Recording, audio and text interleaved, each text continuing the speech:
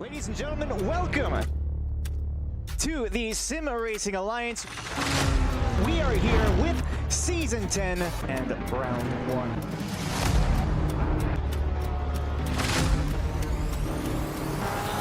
Boogity, boogity, boogity, let's go racing as the green flag jobs. Looking maybe even full wide. They're fanning out. There's a bit of contact. He's got the outside. Side. That's a great move. He's got plenty of speed in there and he's being held up. He's going to have a better run. Yeah, it's going to stick it on the outside. Well, that's a late move. 296 Ferrari, though, finds a space. Oh, he didn't have it. And we're on the way for SRA. Welcome everybody to the Sim Racing Alliance Division 1 Round 6 at the one and only Nürburgring Nordschleife. A first time for the team series to be at this glorious track, my personal favorite. And I am here with Andrew Rife and Alexa Marshall. And I know personally I am very, very excited for this track. And how are we all feeling tonight? Alexa, I'll let you go first on this one. You know, take a look at the track map here. I know that you were doing your homework on this one, so. Yeah, you guys are lucky. You guys get 2 races. I can't say much. Of course, we come to the end of the European portion of the season here at the Nürburgring Nordschleife. It is 25.3 kilometers. That's 15.724 miles. 170 turns. And I'm going to try not botch the pronunciation, but I've got a track map. I've got all the corner names. So let's go through it. You start with the Yokohama S's going round the Mercedes Arena, down all the way to the good old Dunlop hairpin through the Schumacher S, which the McLaren is the only car who can take flat out, so they may have an advantage on the GP circuit.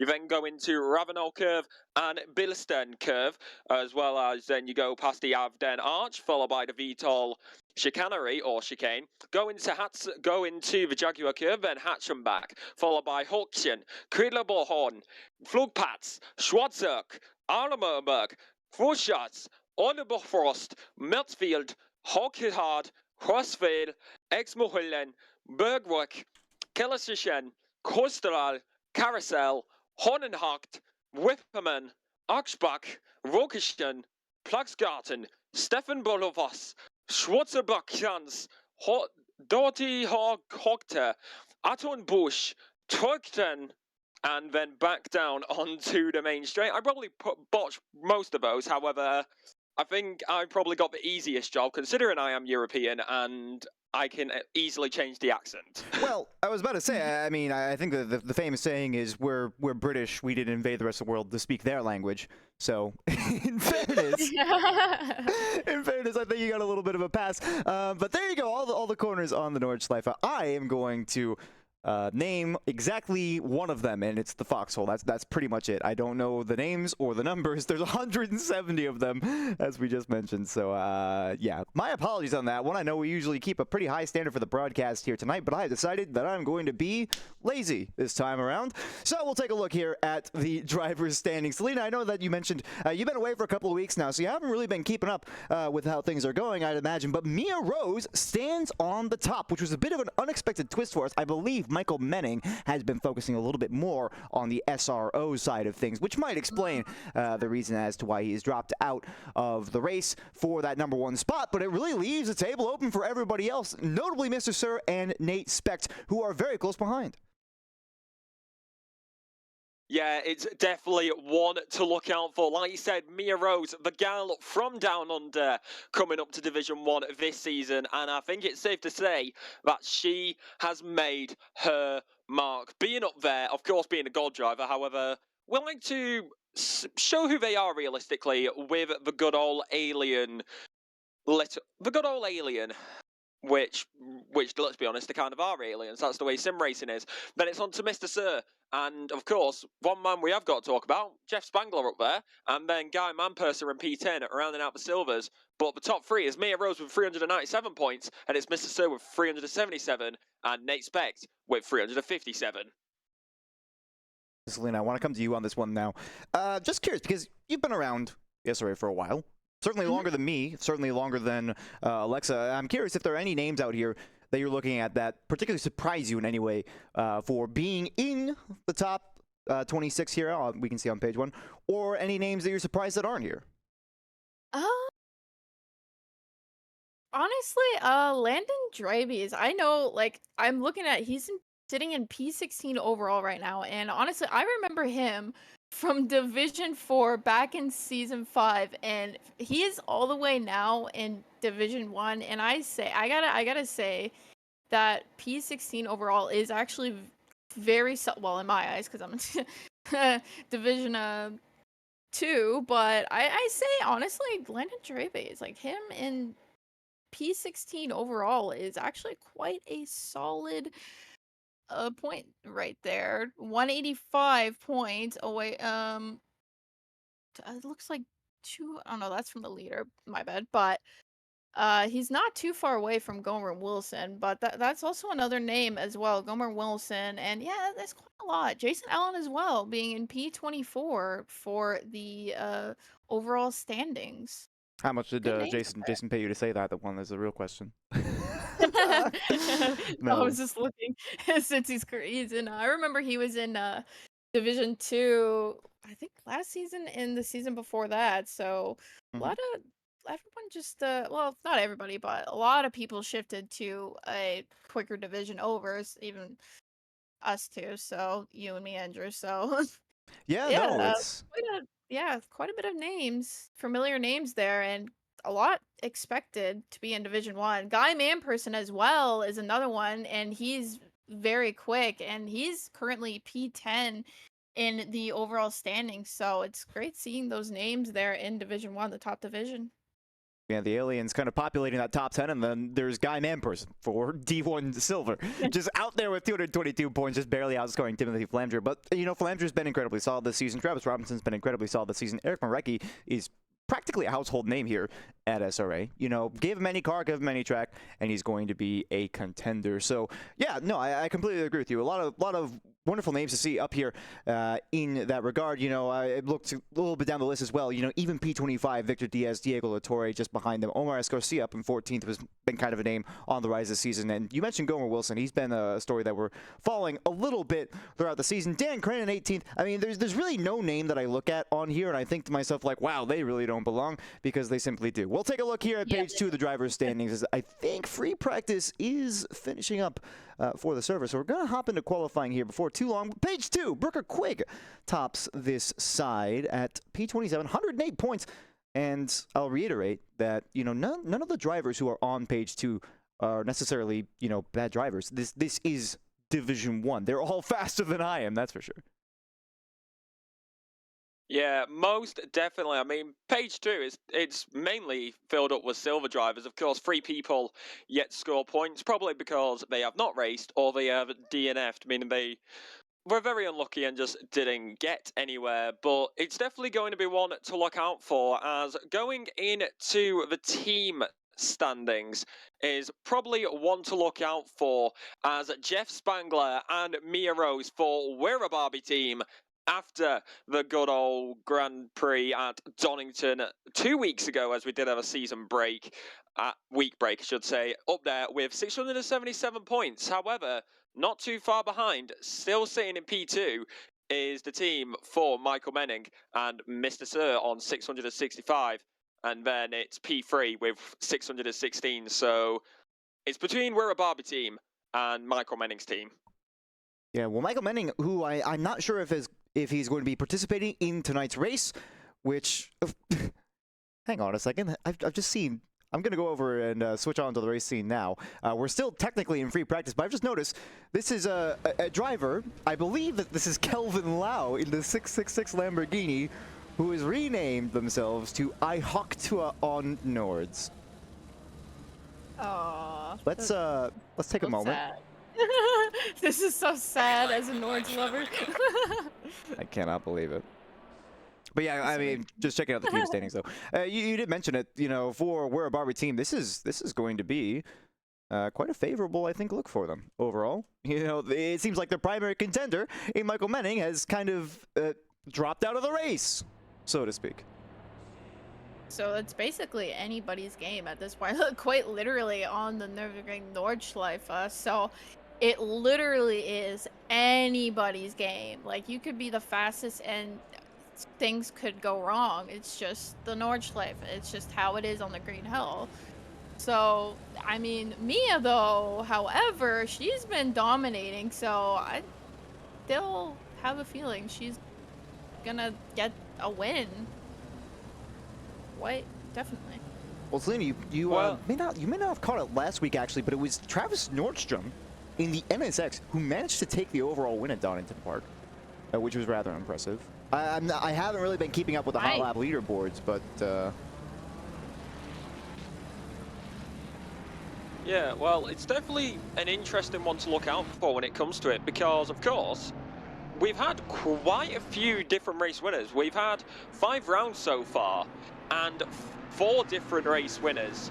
And realistically, with the Nordschleife, if you crash once, that's it, your race is done, because you're going to be having, it's either you're resetting to the pit lane, or you are just driving back to the pit lane, and you are going to be sat in there for quite a while. So you definitely do not want to get damaged. It's basically just a case of surviving when it comes down to it. As Brandon Chan in the Ford Mustang, what the heck is a kilometre? I have no idea, because I'm British. I'm just going to check real quick. Brandon Chan, we've only really talked about 3 Mustang runners so far this season. I want to check. I don't know if Brandon Chan has actually participated in a race yet this season. Let me go ahead and open up the ACCSM. No, he has. He has definitely participated in a race this season, but I just haven't seen the name yet. So perhaps they're looking to make a little bit of a mark. I'll try to track that one a little bit in the background. Because I do remember seeing his name at least some point in D1. Yep, he's definitely there. Yeah, it's definitely one to look out for, as I think most drivers, almost all the drivers, will take the Joker just to get out of the way and get those laps going as soon as possible. Probably going to be running at little fuel as possible as you can. Maybe going down to very small numbers when they eventually cross the line. Watching Colin Dunham in the 444 McLaren down into turn number 1 and then through. Of course, you don't go around the Mercedes arena, actually. You just go cut through and onto the GP circuit. So makes life a bit easier here at the Green Hill, as that is a very nice livery. And they go down through the left-hander and then down once again into the right hand of the GP circuit. Being quite technical, not as technical as the actual Green Hill, but honestly, it can take a while to nail, as over here in Europe, we don't have loads of tarmac runoff. You're surrounded by greenery, and that's all you got. You go on the grass, you're basically ruining your entire lap time as you go down into the Dunlop hairpin, watching Andrew Wilson, of course, in a good old McLaren, the 414, going to be heading up through the Schumacher S, and of course, it is the McLaren, so it can take it flat out unlike every other car, which, honestly, I think that's a bit of an unfair advantage. ACC, maybe you do not want to make it as overpowered as it is, please? Well, I think it's worth noting, though, Nordschleife setups are very different from Nürburgring GP setups. So it's entirely possible that the McLaren, with the higher ride heights, you know, to take the more aggressive curving out there on the Green Hill proper, might suffer a little bit more in that particular corner, giving it less of an advantage in that regard. But I mean, driver skill, of course, is going to make up for any sort of difference that you could possibly hope for. I think we just saw the last of the silver drivers begin their lap. That's Bailey Kish that I'm on right now. Driver who I've been kind of following throughout the season, just a little bit, you know, lower down in the order, but still Division 1, so worth noting. Yeah, most definitely. Bailey Kish, I mean, you can't really ignore him, as well as Victor Diaz. To be honest, you can't ignore any of these drivers, because it's D1, it's D1, they're all skilled. They're faster than Andrew and Selena, and I know the heck that they're way faster than me, because I'm on console and I'm setting 8-minute 30s. Yeah, a lot of filler names, as we mentioned earlier, so there's no surprise there that these drivers are gonna get into the 808s, more than likely, or even maybe a 7 at most. But I like on the leaderboards, it's just crazy seeing these ridiculous times and like down on like underneath the tents. Like it's just it's ludicrous. Something worth noting though is for today we are starting on a fast track, so the temperatures are looking fairly nominal. 27 degrees centigrade for the track. It seems like that's right in the slot really for a driver, but starting on a fast track, you're probably going to see the times start to tumble fairly quickly. I see the 81 has gone off. It's going to be the first victim of the Nordschleife for today. That's Patrick Rust, who took a bit of a dive early on there. I think that was like right at the Sabine Schmitz corner. I think it was. I saw the yellow. Ooh. Quite the corner entering the Nordschleife, but you really gotta make sure you slow down quickly enough on that corner, because it's kind of so blind, but it's, you know, gotta make sure you brake early enough and not hit the inner curb, unsettle the car too much. Yeah, I mean, even if you unsettle the car, this part of the circuit, for me personally at least, it doesn't unsettle that much. In my opinion, it's towards the end, going into what would be after the carousel, is where it really gets the hardest, because you can be on for a very good lap. However, of course, you can lose a lot of time as Garman person just making his way through the green hell. Luckily enough, it is not night time. I felt bad for all the drivers when we had the good old endurance here at the Nürburgring Nordschleife in the middle of the night, which is actually how I found this league. And now look at me, I'm doing commentary on the top division. And first thing Andrew said when I came into the server, dear God, I'm going to be put down the second commentator being paired with a Brit. it's just the natural order of things, I fear. You know, the Americans simply don't have the motorsport commentary muscles, I suppose, is the word that I'll use this time around. I should note the Golds are starting their Joker laps right now. Looks like Mr. Sir is leading them out in the 747 Mustang. We have a little bit of special qualifying rules for today, so the Golds were released from the pit lane at 15 minutes in order to accommodate everybody. I see the 379 has gone off. That's Velez, who has taken a dive into the pits, and that's going to be their first flyer off the board. So the idea is to give everybody a chance for a banker lap and one more for a flyer as we enter Courage Corner for the first time here with Colin Dunham. You can tell it's a very small lift, but not quite confident on the power.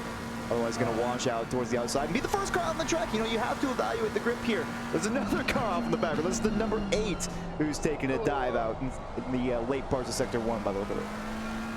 Yeah, on the fast... Oh, actually, track is now optimum. So, I mean, with a fast track on the Nordschleife, I mean, I know doing the practice sessions, I know that the grip is not the best on the third lap, but once the track gets to optimum, you can really feel the whole, like the tires just actually, oh, okay, it's optimum now. I'm just gonna grip better. So the time, that's where you really see those better times being extracted out of like all of the these cars, and it's great to see. Especially yeah, I mean, to be fair, one of the things about the Green Hell, aka the Nürburgring Nordschleife, is just the beauty of it all. Like, just being surrounded by all the greenery and the cars just absolutely blasting their way through, as we see Joe's Gilsman in the Honda making his way through the Green Hell, as we were saying, as the 444, that's being towards the top, is going to be making their way towards the back straight. But of course, they've got quite a while to go right now as they are going through Wipperman onto Augsbach. But it's going to be quite an interesting one, because after that, they've still got Brunchen, Proketen, Stefan Bolfus, and Schwarzox. Oh, Max Simon just went off a little bit up the road. You can see Victor Diaz very, very unhappy about this this position. Bailey Kish just behind this group, this duo right here, went off in, it looks like the carousel. Might have had a bit of a late braking moment, didn't quite make the dip in, and may have washed wide. That's pure speculation, mind you, but this is a really poor situation for DS to be in, because you want to finish this banker, but similarly, you know, you're gonna have to dip into the pits and go back around for another flying lap. I just seen another car go off into the pits. No surprises that so many are struggling. We'll hop on now with the gold leader. This is Mr. Sir, was the first one out of the pit lane into one of the fastest right-handers on the track. Slight lift there, as little of a lift as you can possibly get, and still get that front end bite. And it looks like he's navigated that one quite well. Yeah, most definitely. I mean, as he's coming round the green hell, you've got the 444, that being Colin Dunham on the back straight. That's where you're going to be reaching your highest speeds here around the green hell. As that is the something 47. Yep, that's David Ramirez. Gone back to the, yeah, that's David in the Ferrari. And it's black, so I don't think Andrews think that livery, unless he just is not running one as Guy Manperson, also making his way down the back straight. Everybody, most of the silvers are going to be coming down the back straight now, as it is of course going to be quite a one to go through as you go up through Oxbock into Tiergarten. And realistically, even this final section can mess up your lap time quite a lot if you do not get the curbs and the acceleration right, as Guy Manperson is going to put the pedal to metal, foot to the floor, all the way to the line. Can he beat Collins Dunham with an 8 minute 14.892? He will go to the line and he goes top, 1 minute 14.790, just slightly over a tenth of a second faster. So that's not too bad for the rest of these drivers, as we see Dominic Duran, the man who won in Spa to become the third race winner of the season. And of course, it's been Mia Rose, Michael Mennick, Dominic Duran, and I cannot remember the name of who was in the Honda last week. Travis Nordstrom. There you go. Travis Nordstrom. That's who. Green Hell does something to you because it's such a long track. It makes your brain go. It makes your brain do weird things. As of course, Dominic Duran. Let's be honest, he's at the Green Hell. It is a Matrix inspired livery, but around this circuit, are we sure it's not a camo livery?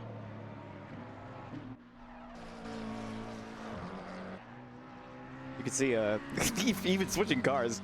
I will apologize, I think just kind of preliminarily for everybody who's watching the stream. We're getting a little bit of stutters, actually. I think my game personally might be having a couple of issues, you know, switching over the cams, having to reload an entire new part of the track or load and unload some assets. So we see some times come across the table here. Jose Guzman did set a time, by the way, 24 seconds off the pace. It's not exactly impressive, but having a time on the board is better than you can say for, looks like, you know, a decent portion of the silver drivers who went out and ended up finding the barriers. Some of the gold drivers even following suit, Selena. Yeah, but currently I'm looking at Guy Manperson up by 1.4 seconds with ACC doing ACC things with the relative. But so like his best was an 8:14.7, and right now he's lost a little bit of time going through what it looks like Hohechen, if I said that correctly. Oh, just currently now going there. Yep. And if he keeps that lap up, I assume he'll still be provisional pole. Well, currently he is now, but we'll see what the golds bring out, because, well, they're golds for a reason. Yeah, most definitely. I mean, heck, they're in the top division and they're in the top split of the top division for a reason. As currently still, as we were on Guy Manperson for a second, going over to Gomer Wilson in the good old Lamborghini Huracan Evo 2 with a very nice looking livery through the right-hander. And of course, yeah, everybody knows where this goes. You go through the squiggly biggly, no idea what I'm saying, but through the very technical section into the good old carousel. Maybe a bit tight on the exit, being thrown a bit wide. That'll definitely not help out the lap time in the 195, and he's going to go pedal to the metal, foot to the floor, as there was a yellow flag momentarily. They've reset to the pit lane, but that was definitely in the carousel, and it eats you up and spits you out if you do not get it correct. Through the left-hander, through the right-hander, and then once again into the right-hander. It's all over the place, realistically, but that's why we love the green hell, isn't it, Andrew? Oh, absolutely. And talking about a car that you would want to be in a track like this, I think the Lamborghini definitely has to rank amongst them. For a lot of drivers, it's a generally fairly stable car when it comes to the rear end, very solid on the brakes. So this is going to be a solid all-around pick. Of course, I would think that there are probably better choices overall, but you can't really go wrong with the Huracan Evo 2. So Gomer Wilson has been a driver who I think one of the biggest stories for last week in Donington Park was actually Gomer Wilson and Andrew Rottos. Both of them were kind of on the charge at Spa. They didn't have the result that they wanted at Donington Park, but I'm looking for a bit of a change of pace for them. Guy Manperson continues to be about a second and a half up on their time. Colin Dunham is a little bit ahead of Guy Manperson on their lap right now. They're 2 seconds up on their time. So pole is definitely going to come down. Some more green deltas further down the field, but the biggest gainers seem to be on invalid laps, presently speaking. Whereas I'm going to hop over to Mr. Sir now. This is the first gold driver who's going to be coming across the line just off the back of the Donninger Straight, one of the most challenging braking zones on the entire circuit. As you said earlier, Alexa, this can make or break your lap if you get a little bit too eager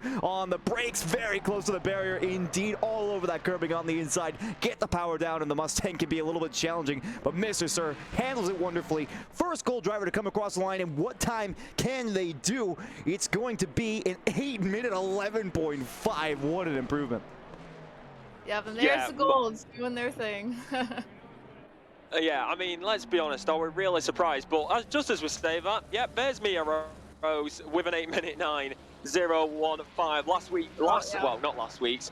The fortnight ago race winners Travis Nordstrom on the screen there momentarily as we see Gomer Wilson going back down the Donington Straight, and it's going to be once again all the way down towards good old Tiergarten, and he's P22 right now as we see. No, he wasn't P22, he's further up. There's Nate Specht in P22, and definitely one to look out for in my opinion around the green hill as we go pedal to the metal, foot to the floor at the final corner as there is a cone on the left hand side of the track. Somebody's messed up the Joker lap a little bit as he goes to the line. He goes P7, slowest of the gold drivers so far, as we see Gomer Wilson in the Lamborghini goes up there in P8, slowest with being 5.635 off the pace as we see Omar Escorcia in the Ferrari momentarily, and over to Max Simons. I'm sure Selena will be happy to see a good old Porsche out on the green hill. Maybe she can show the D1.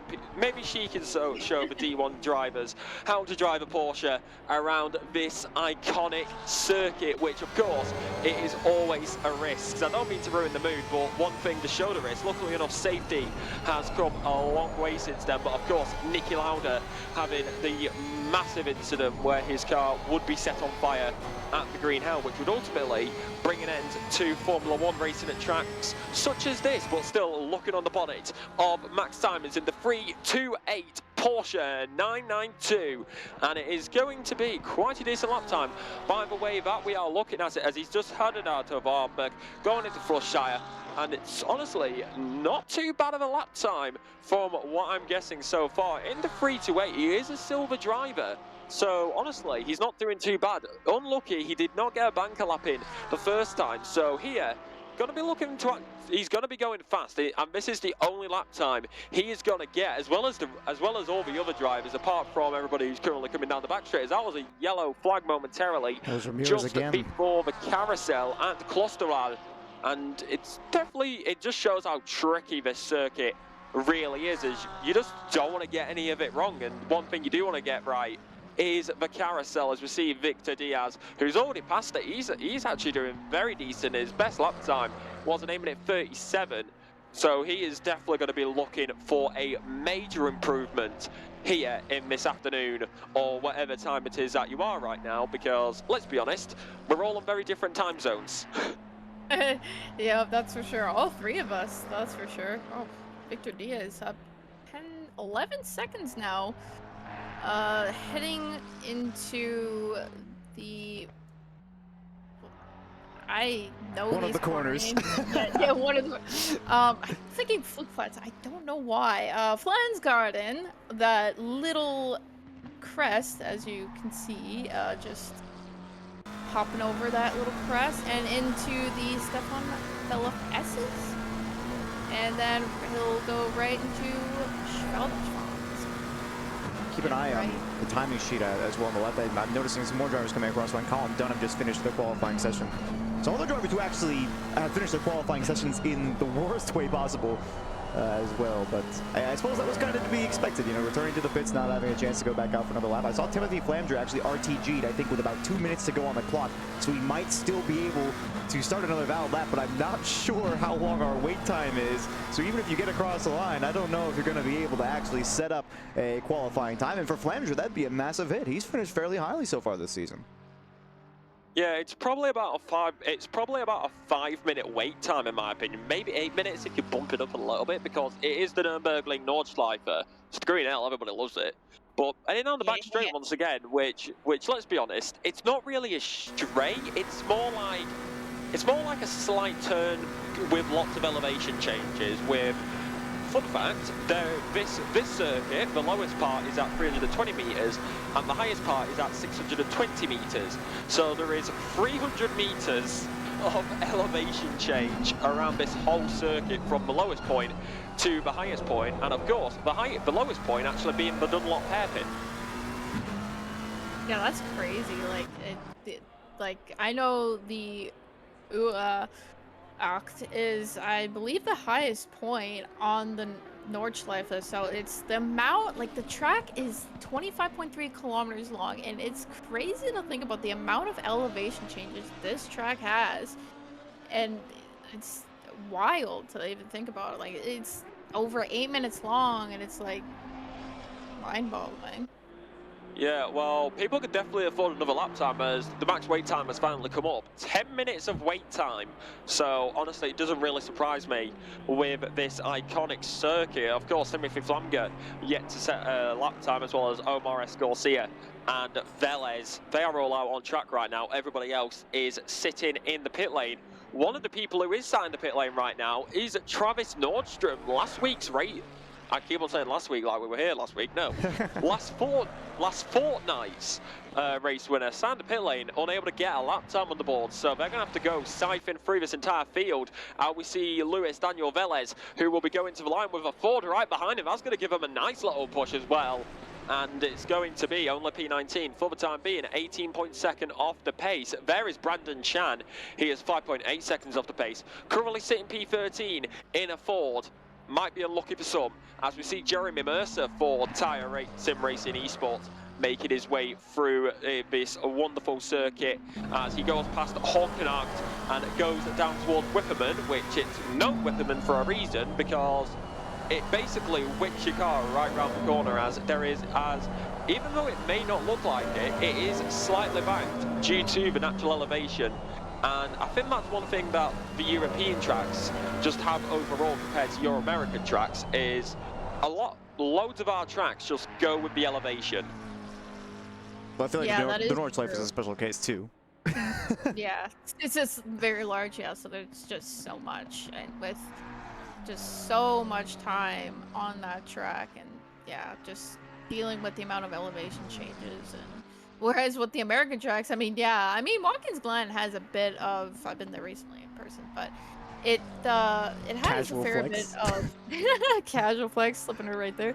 Yeah, like the S's, like I was generally surprised seeing like the elevation, like compared to the sim, obviously, because in person everything is like bigger than in the sim, but I mean, it's got its fair amount of elevation changes, and then you go down to the boot, and then the chute, and then up into the toe, and then all back up again to like tier 9 and all that. With your weird corner names that make no sense apart from it looks like something. Then over here in Europe, our names actually have meaning. What's confusing about Schwedenkreuz? I don't understand. I believe dovetail. This is a rhetorical question. That is supposed to be. What's so confusing about the boot? It looks like a boot. It makes sense, okay? It just makes sense. Here in America, we're pregnant. Yeah, it's America. You guys go with loads of simple things. Also, people, don't cancel me on Twitter. It's the last European round before I have to put up with Selena and Andrew constantly talking about the American tracks and how great they are because it's America. So I'm going to toot my European horn. Hey, in fairness, Circuit of the Americas and Watkins Glen are pretty amazing. We're coming up to the line here. This is Jeremy Mercer, who's going to be across just a little bit before Dominic Duran on about 1.6 seconds improvement on their time. So he's going to move up Actually, a fair bit here. That's up into P5 for Jeremy Mercer. Dominic Duran going to be next across the line. He's also on a fairly large improvement. This might actually be on for pole. Hang on a second. Have I been missing this the entire time? Dominic Duran tearing down towards the line. Mia Rosa's in a valid lap 2. It's P2. P2. Oh, man. By about a second. I must have been doing my math wrong. Ladies and gentlemen, the camouflage worked. They expect Gomer Wilson both on invalid lap times. I think that just leaves Timothy Flanger. I think everybody who's out on track right now is on an invalid lap according to my race control. We have P21 through P28 that have yet to set a valid time. Timothy Flanger is the only one out right now who can change something. We have no delta to compare this to. Yeah, I mean, it's definitely going to be an interesting one. He is there. He is a gold driver, and now this is the fun part. He's the only driver on track, so I'm going to try say what corners he's going through. As of course, my track map is not like it's on the screen. It is actually looking at it from another angle where the main straight is at the bottom, so that makes it confusing for me to figure out. But we'll roll with it. Heading through Oxenford. And no, not Oxenford, he's heading through Bookwork as it's going to be going towards the carousel once again. Of course, this is basically your highest speed point once again until you get to the back straight where you're going to be reaching your top speeds. But through the left-hander of good old Kostalat and then down towards the Kavlikula carousel and then Hawkenhagt, Whipperman, yada yada yada. European names and Germany has really annoying pronunciations. Hence why you changed the accent to make it sound a bit easier, you know that. Don't cancel me, please. Don't cancel me on Twitter, guys. Somebody pointed out in the chat, by the way, that every third British corner is just named Druids. How do you respond to these allegations? I mean, that's right. Those are false allegations because I can simply just remove that instantly. Silverstone, Abbey, Turn 2, Village, Loop, Wellington Straight, Brooklands, Lutfield, Woodcut, Old Pitch Straight, Cops, Maggots, Beckett's Chapel, Hanger Straight, Stowe, Vale Chicane, Club, and Lewis Hamilton Straight. So there. I would still like to point out that you were talking about how the European track corners all make sense, and then you have of course the fast left-right complex at Silverstone, Maggots and Beckett's. What's confusing about that? Why doesn't that make sense? Because it's near because it's near a village. It's near a village called Maggots and Beckett's. Of course, there's a village near. Right, of course. There's a village near it that is called Maggots and Beckett's. It also and Silverstone used to be an airfield, hence why Chapel is called Chapel, because that's where the chapel of the airfield was. Yeah, You've got the Hanger Straight because that's where the hangars used to be. You've got Stowe Corner, which is where there used to be a pub called Stowe. There's that it didn't used to be there. It is there. It's still there. Yes, There's a pub near the circuit called Stowe. The corner named Chapel because that is where the airfield chapel was when Silverstone was still an airfield and indeed not a racetrack. Oh, that's a big slide for Flanger, but he keeps it under control. Versus the Watkins Glen example that we've been going with, where the boot is named the boot because it looks like a boot, which makes sense to literally anybody who looks at a track map, which is probably everybody ever. So I'm just trying to figure out where the disconnect is here. I don't know. I'm just saying America on top, baby. Which is a bit ironic to say, considering that literally every single car on the track right now, except for like Mr. Sir, is in the top 12 is a European car. Whatever. Also, like, I mean, for the record, I do like just because Europe, like, I love. Well, I mean, I'm a Canadian in North America, but I'm not so American.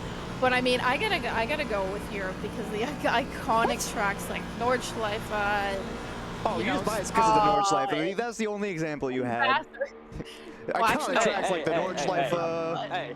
Hey, don't forget. That's it. Hey. I'm sorry, right? No, you want to say things like that?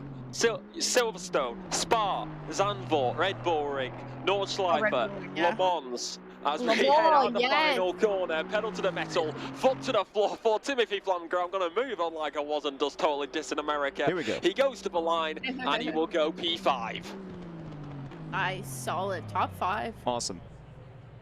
Ladies and gentlemen, welcome to having a European and a Brit, and where we can basically just change the conversation wherever and just continue going like nothing happened.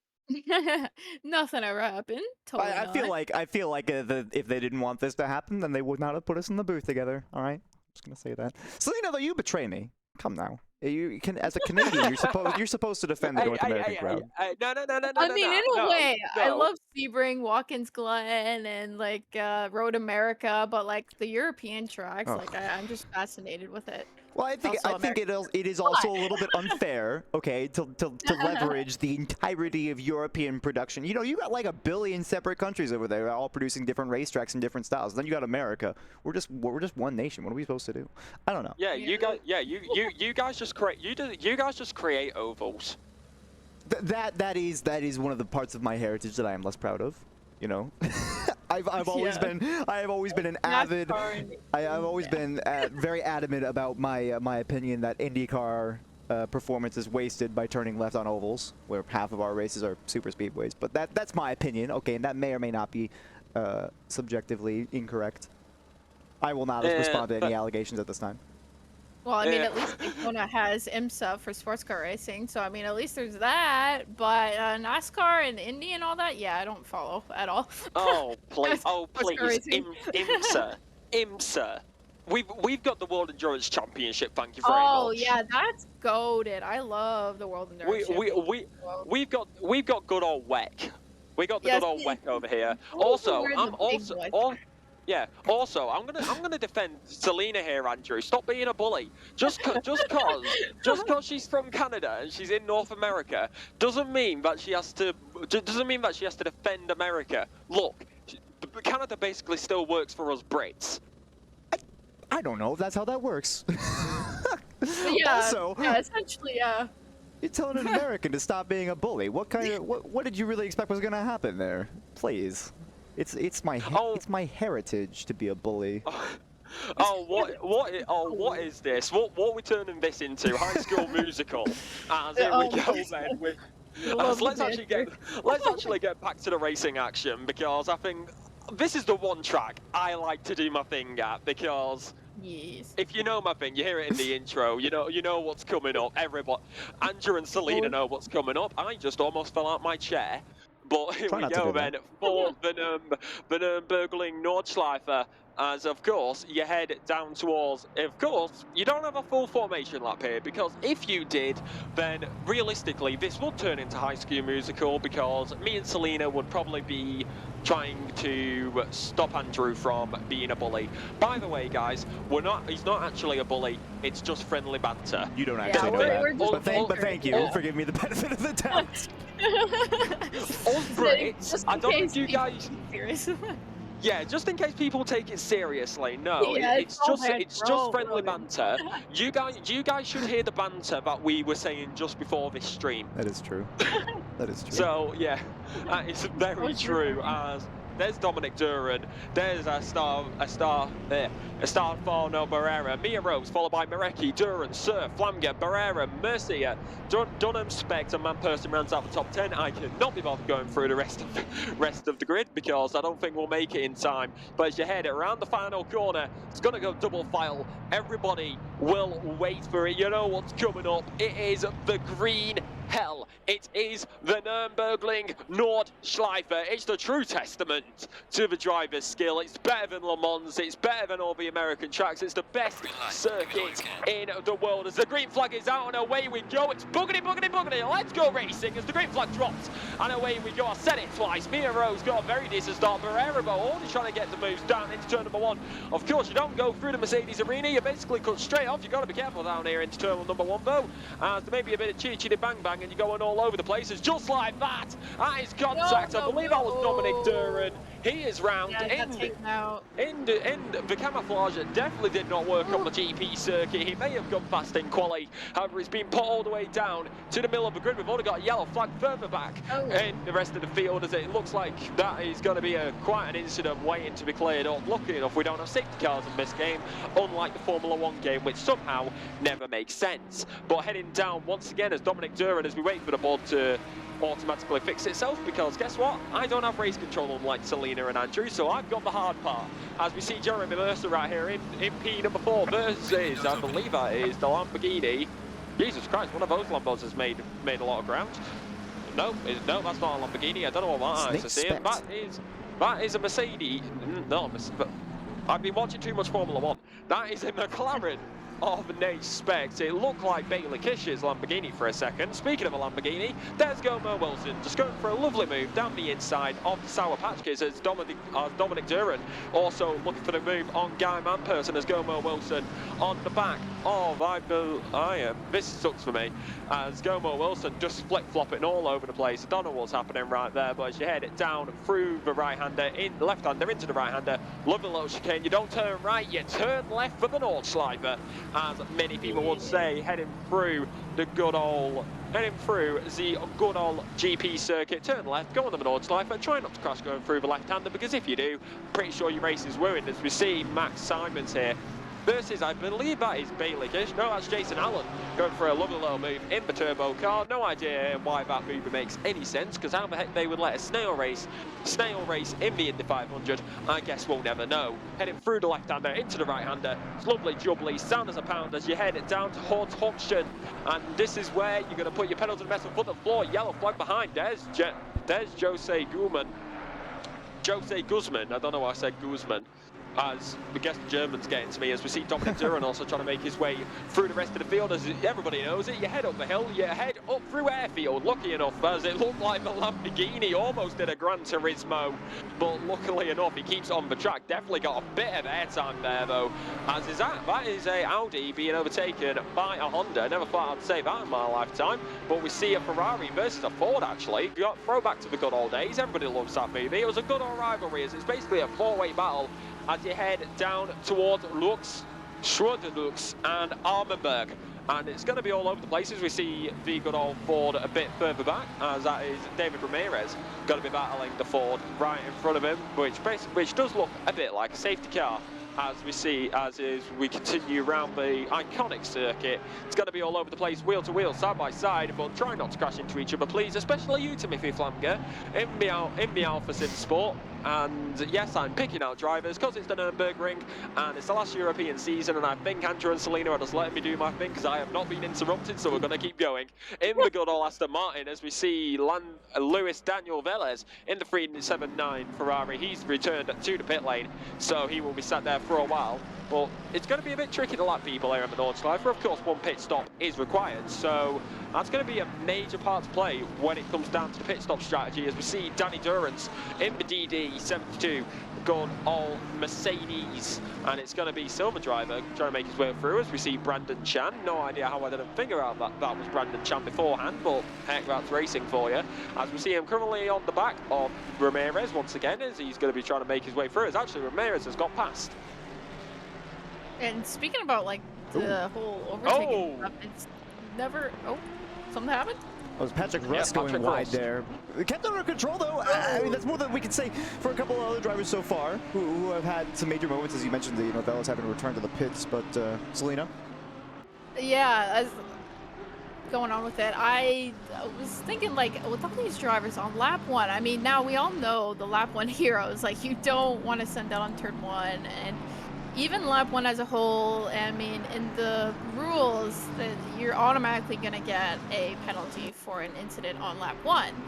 But in on the Nordschleife, it's quite intimidating to try to make an overtake, but it's not impossible. Personally, I've done an overtake at Callenhard, which is after it gets filled, and it's very daunting, but like it's not impossible to do an overtake on this iconic track, and but when you do it, it feels amazing. But you really gotta be in a position to make that overtake work. If there's a gap, go for it, but you really gotta be very precise and careful, because if you aren't, if there's not that much gap, you are going to just send it in the other car, and there's no runoff on the Nordschleife, so it's right to the barrier. But yeah, it's not impossible. Yeah, well, actually, just as you were saying that, and he makes a mistake, that is good old Max Simons making a move, as well as the Nordstrom and Michael Charles losing positions. Just as you were saying that it's hard to overtake, we probably saw about 4 overtakes just while you were saying that further up. Yeah, I think they might have heard you, Selena, and decided, hold my beer and let me cook. Yep, there you go. Yeah, let me cook. It's been an eventful lap 1. I mean, oh yeah. What do you expect? It's the green hell. Exactly, and everyone's bunched together, and it's a thin track, but I mean, hey, it works. And even like, not just straight up overtakes, but like if a driver ahead like just is like in that pressure cooker, and you're gonna feel all of that, and then just makes a mistake, go off, and there's your free position right there, and that is a thing too, definitely on the Nordschleife, because mistakes are very likely here. Very. Speaking of which, speaking of which, sorry to interrupt you, Selena. There's David Ramirez, just as you were saying it. Ladies and gentlemen, welcome to the commentary curse. I thought that was just us Brits who did that, but apparently it works for Canadians too. As David Ramirez just lost the rear end of the curve and decided to go straight into the barrier, so he is not going to be having fun. Speaking of which, even though there's already been incidents on lap 1, I definitely think we need to return here. SRA organisers, can we have another endurance race? Can we have another endurance race here at the Green Hell at the end of the season, please? Because honestly, I would do an entire endurance race around here, and I don't care if it's 24 hours. I can nip corner shop just beforehand because it's 5 minutes down the road, and I can just crack open about 10 months as well doing it. As we see, I see Max Simon's right there, just currently making a few mistakes. And Andrew, over to you, considering that me and Selena haven't really allowed you to talk that much. You had pretty much the majority of lap 1 here. I like every time I want to get a word in edgeways, you're just on to the next thing like it's nothing. But yeah. Oh man, what to talk about? All right, gotta like go back to my queue of things I was planning to mention. I think it was Ramirez, the 447 Ferrari. You mentioned had a little bit of a moment. This is going to be Estefano Barrera trying to go side by side here. Hang on, who is that? That's Eric Marecki, who had that little bit of an incident in Sector 1. Is going to concede to Estefano. Very brave is the Ferrari to get the move done so late on the Dottinger straight. What a move there. Goma Wilson actually losing out to Guy Manperson as well as the BMW on the Dottinger straight. That one's a little bit less surprising. Jason Allen losing out to Travis Nordstrom. Patrick Rust and Brooker Quigg going at it now.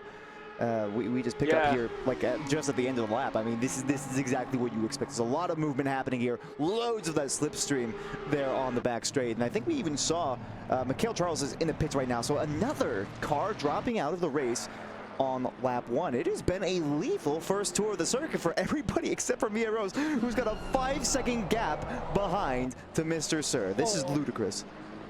That's great. I mean, I've seen her leaderboard times, and it's like, I can't remember if she did 6 or 7, but I mean, I know she did an 8 for sure, and that alone is like just a statement right there, like, and being 5 seconds ahead, holy, that is ludicrous stuff right there. Yeah, I mean, one thing that is also probably helping it out is that the track is in optimal. So these drivers are just going to be absolutely flying around here. That will definitely help the overtakes. As even with a normal or fast track, it's pretty hard to, but when it gets to optimal, your tyres are getting those temperatures absolutely perfectly. As temperatures around here at the Nordschleife definitely get a bit high, so a few drivers probably running a few lower PSIs simply so they do not end up overcooking the tyres, as if you overcook the tyres, I think you were paying a little visit to the barrier. Oh yeah, because that grip is just going to be very sketchy once the tyres are quite cooked. Especially going through where it really happened after the carousel it gets very sketchy going down to Hedvigzua and Vipperman, Ashba, and so forth with the tight corners, up, down, the elevation, and so the tires are just gonna be like right on they're not gonna be the tires will be tired, let's just say that. So I think drivers will definitely have to probably pop up the TC once the tires are quite at that point where the tire deg is coming into play. Speaking on that too, we're probably going to see a very small variety of pit strategies for today. Mandatory tires, as we all know, and with the pit window being as long as it is, but you only have, I think it's 7 total laps that we're going to be having around this circuit for tonight. So realistically, your crossover point is going to be you're either going to come in about halfway through the race, or you're going to come in the lap after. I don't think there's going to be much variation there. Colin Dunham is sizing up for a move here against the number 3. That's Nate Specht in front, but there was nothing there. In towards now the right-hander, leading up towards the foxhole. Talk about how narrow this track is. I mean, even if you have the run here, you've got to be brave to go side by side in this section, but Colin Dunham is looking brave indeed. Yeah, most definitely. That is what you'll have to see here at the Nordschleife, is he's all over the back of him, realistically. Maybe just sizing up the move, as of course, you head through the right-hander into the left-hander, and it's all over the place. Omar S. Garcia as well, over the back of that very pink good old Mercedes, and he's got a Honda right behind him of Travis Nordstrom as well. And Mia Rose is just up there. I don't know how much time does she put into this game. Do we need to check on Mia, see if she needs some help, because I'm sure she's not addicted. But here, Travis Nordstrom going for a lovely little move, nice and easy, easy peasy, stand as a pound. Probably just got the acceleration on the exit. That was a lovely move right there. Speaking of moves, here comes Estefano Barrera on the back of Mr. Sir. This will be the move for P number 2 if he can get it done. So he got at the start of this, just before the start of this lap, he got up with the P3. Now he's on the back of Mr. Sir, looking for P number 2. And maybe, call me crazy, but if he's got this much pace, could he catch up to Mia Rose by the end of this race, and maybe we could see a final lap battle for the lead? This all, I mean, talk about pit strategy as well. You know, we discussed the potential variation in tires, and if you maybe miss your pit box by a little bit, yeah, Mia, you got like a 7-second lead right now, but if you have a little bit of a stumble in the pits, then things might go wrong for you. And Estefano Barrera is a driver, I might remind everybody, who was fighting for P2 at Spa and ended up being taken out of the race in an incident involving Mia Rose, which I believe was assigned as an NFA, just a racing incident, and then at Donington Park qualified fairly highly, but then was again shuffled down the order as a result of some sort of incident during the race. So Estefano Barrera is looking for a major, I wouldn't even say a return to form, because they've been in form, but so far just has not worked out for them. Yeah, just seeming to get unlucky realistically, because that's racing, like, things happen and you can't really do much about it. Any incident, even if it's minor contact, can send you around. Going back to Spa, that collision with Mia Rose, because they both made contact with each other, but he got the worst end of it, while Mia Rose caught the 360, did it in style, and kind of just decided to continue going and didn't really look back. Mia just being able to control the car, and maybe that's why she is leading the championship right now, as we see Estefano Barrera getting overtaken by Marecki. Yeah, he lost the rhythm of the carousel, and that had Eric Marecki capitalizing on his mistake. And that's, as I've said earlier, that can definitely happen at the Nordschleife. If you make one mistake and someone is behind you, that's a position for them. And speaking of, I think Victor Diaz actually just lost 3 there. Yeah, he's losing out quite a lot of time. Of course, you guys are a bit way easier than me. I've got to wait until the markers.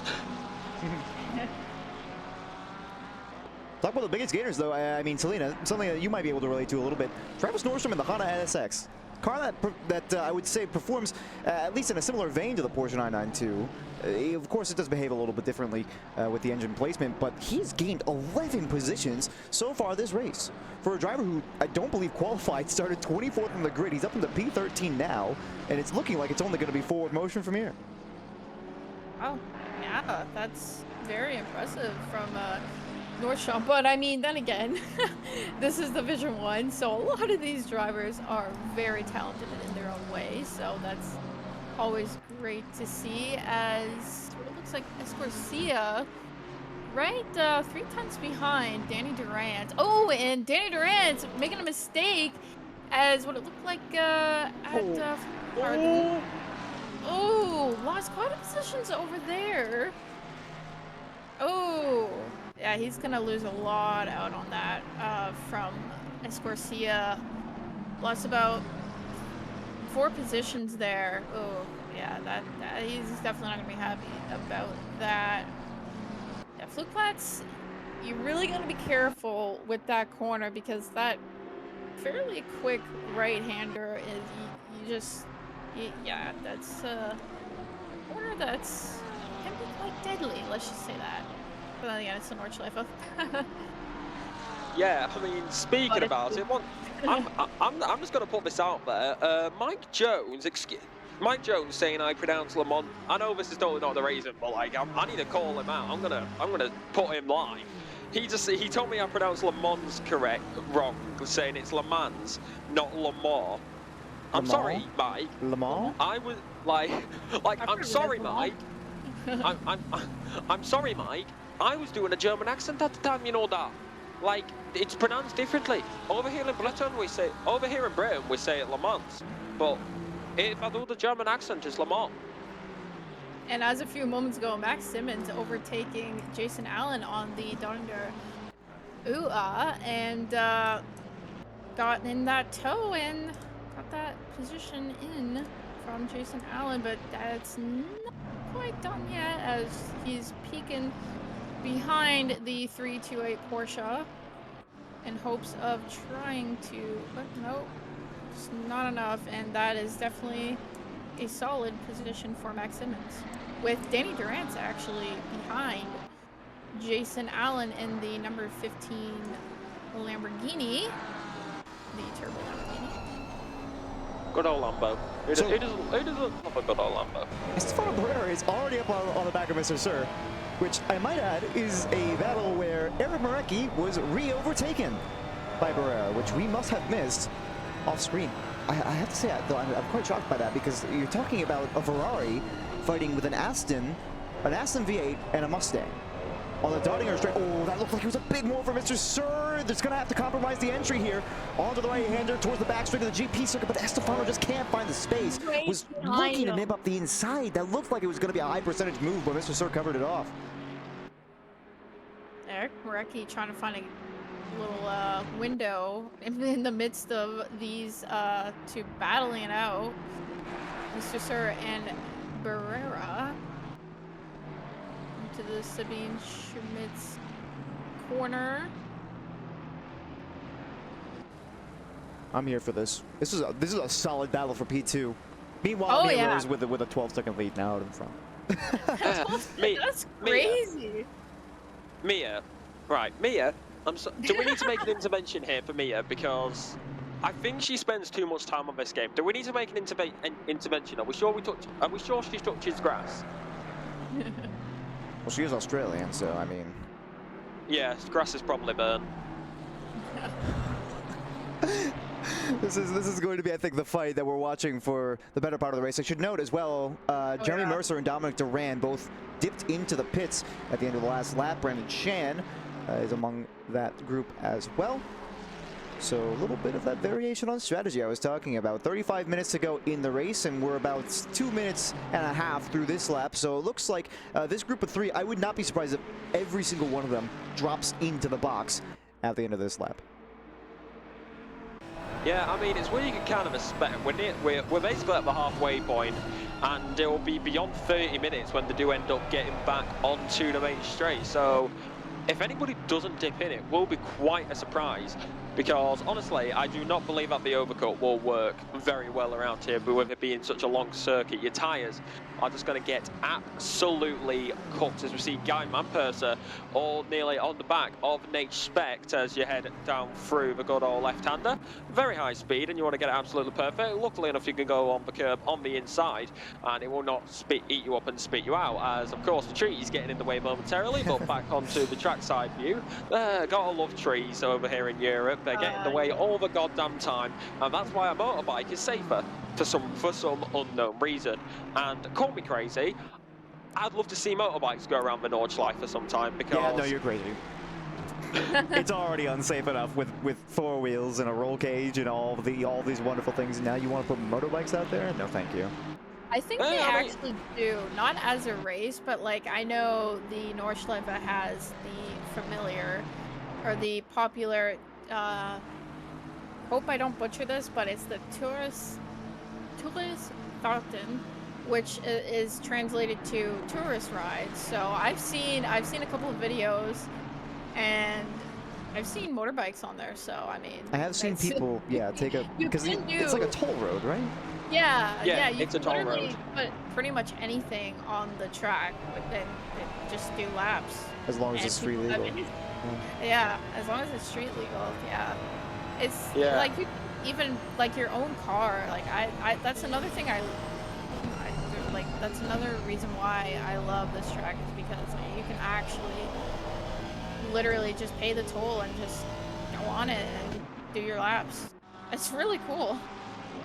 Yeah, I mean, that's one of the main things with it being a toll road, because they kind of need it, because there is, when you're actually on board, you can see it, they do go through little villages, and Yeah. it is surrounded by many, to be exact, it is surrounded by three different main roads, of course being the B52, being the B257, the B258, and the good old B412. So with how large it is as well, they definitely need the toll roads, especially from Exmul to Bochen, which is basically just, it's very windy, but it basically takes you straight from the B527 to the B412.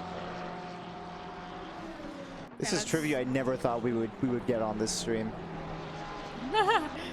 And another thing that I didn't think would happen is that we actually have the Nordschleife in Assetto Corsa Competizione. I mean, like we're a few months in with it being released, and it still feels surreal. Like I remember everyone was like, "Oh, please give us the Nordschleife," and we actually have it now. So thank you, Kunos. Thank you, huge thank you. I've been doing so many laps in it, and I love Nordschleife. Guys. Eat, sleep, Nordschleife, repeat is the mantra for Selena these last couple of months. There you go. Exactly, that's how it goes. What's guys? Guys, I don't think we should be telling this. I don't know. I'm gonna hope Selena can't hear me here. I think Selena's addicted to the Nordschleife. Just a little bit. No, yeah. I think it's a healthy amount of Nordschleife, to be honest. Oh yeah. She's not even running like sub 10s yet. All right, calm down. When she starts running sub 10s, then you can worry about it. One day I'll make an 8. One day I'll make an 8 or a 7. One day, with my rig. I want to do it. I'm committed. Yeah, still waiting to get that wheel and pedals in. Estefano Barrera is still all over the back of Mr. Sir. I've been kind of following this a little bit. And yeah, I'm still watching. He's still trailing behind Mr. Sir, but he's got a good pace. So like, I mean, he isn't. It's just a matter of waiting. Like if Mr. Sir makes a mistake, and then he can just capitalize on that. But speaking of mistakes, I think Colin Dunner just dropped 4 positions actually. That was Nate Speck, the Man Person, Gomer Wilson, Travis Nordstrom all going past, and now Andrew Wilson is looking to try to capitalize on whatever that was. Absolutely, again capitalizing on Mr. Sir going a little wide at the mini carousel. All right, I'm gonna risk it. So Barrera is gone now. I'm replaying on ACC Race Control. It hasn't worked for me too often in the past, but it looks like it's going to work for us this time. This is Mr. Sir we're looking at right now, as you mentioned, Selena, getting overtaken by Estefano Barrera. As you mentioned, it was a little bit of a wide moment at the mini carousel, and there it is, nicely capitalized. That's a beauty. Yeah, that was a beautiful overtake. Beautiful. Absolutely, that's what you love to see. And people call it the mini carousel. You've got the Caracolo carousel, and that was the Schwarzenpraxen carousel. I know, I don't know why I'm doing all these confusing names with being and completely butchering them, but I guess it's too early in the morning for me to care. All right, Mia Rose is in the pit. All right, let's keep an eye on this, but Travis finally. Nordstrom moved up another position on track with an overtake, by the way. Nordstrom is just screaming through this race. Mr. Sir, Eric Morecki both in the pits. No surprises there. Timothy Flamger stays out. Guy Manperson stays out. Barrera staying out. So they're we're at the half-hour mark, just under that, and looks like they're gonna go for an undercut. Hang on, the 444, it shows a yellow flag. I think they were just pulling into the pit lane. Right? No, Colin Dunham. Oh, Colin Dunham. Oh. What happened? Hang on. Uh-oh. Right, let me see if I can get that. I can only go back 15, I think, is my problem. Oh, wow, he's completely the wrong way. Oh, dear. Oh no. I wonder if that was a rear brake lock in the braking zone, or maybe a little bit on the grass and had to compromise his braking performance. Maybe, but I've crashed there many times, but I've never sent it backwards. Was he near any cars when he went off though? So that may have been contact going into that corner, because I don't think a rear brake lock would send you that far backwards to that corner. It depends on how you try to it would correct send it. you on the left-hand side. I mean, think about it. These are Division 1 drivers. They're going to be running very unstable setups, so it's not impossible at all. We're actually seeing a little bit of pit exit action here. So Mia Rose has left the pit lane well ahead of anybody else. This is to nobody's surprise, but I'm looking at the deltas here, and I'm trying to spot who's actually competing with who for position in the race. And I think Dominic Duran has outdone Mr. Sir in the pit strategy. Yeah, Dominic Duran, who pitted before Mr. Sir, so last lap, has just now passed him. Jeremy Mercer as well. God damn. Huh. So the undercut. So the early undercut definitely worked out. So trying to get more eyes on. So Mia Rose should be the race leader. So Mr. Sir has fallen behind Jeremy Mercer. So the ACC has not updated yet. Just keep an eye on that left-hand side. And Dominic Duran, they're both in front of Mr. Sir, who was in P3 at the time that he pitted, but S11 R6 did not come into the pit lane. Huh. That's going to make it really interesting for when Barrera, Flamger, and Guy Manpurser come into the pit lane, as well as Wilson, because by the looks of it, the undercut is the main strategy here. So maybe by them staying out, they've actually compromised their positions more than they may think. It comes down to tire wear, but track position is so much more important, you would think, on the Nordschleife. And choosing to go an extra lap here, I mean, you have to commit. If you're coming past the pit entry at 30 minutes, you have to commit to having a fresh set of tires with 22 odd minutes left in the race. That's not necessarily a perfect crossover. Yeah, and the tire wear as well. You gotta be really bold to, like, if you're feeling the tires being cooked and like very wiggly, as Barrera gets a little wiggly just coming out of Foxhole and now into, I don't know, Force, and it gets quite sketchy, especially on here at the Nordschleife, and yeah, it's cold. Yeah. I think, sorry, I'm looking at the timing screen in game right now, and it appears to be very misleading. A bit of a stutter there. Nordschleife performance has been a little bit questionable so far tonight, but my ACC race control does indeed show Dominic Duran and Jeremy Mercer in 11th and 10th respectively. You can see on the bottom right hand side of your screen right now, for everybody who's watching the stream, 10th position for Mercer and 11th position for Duran, but they're not showing that way on the timing screen. There it goes, it updates. So there have been a little bit of funky business going on with the timing screen so far on this track ever since it was released. Patrick Russ actually just got overtaken by Colin Dunham, so I moved on there. Uncertain about the context on that one. I'll see if I can get that back 15 seconds. But yeah, so bear with us on that. The timing screen's going to be a little bit strange today. Oh, there you go. Relatively cut and dry pass. Nice little capitalization there for Dunham.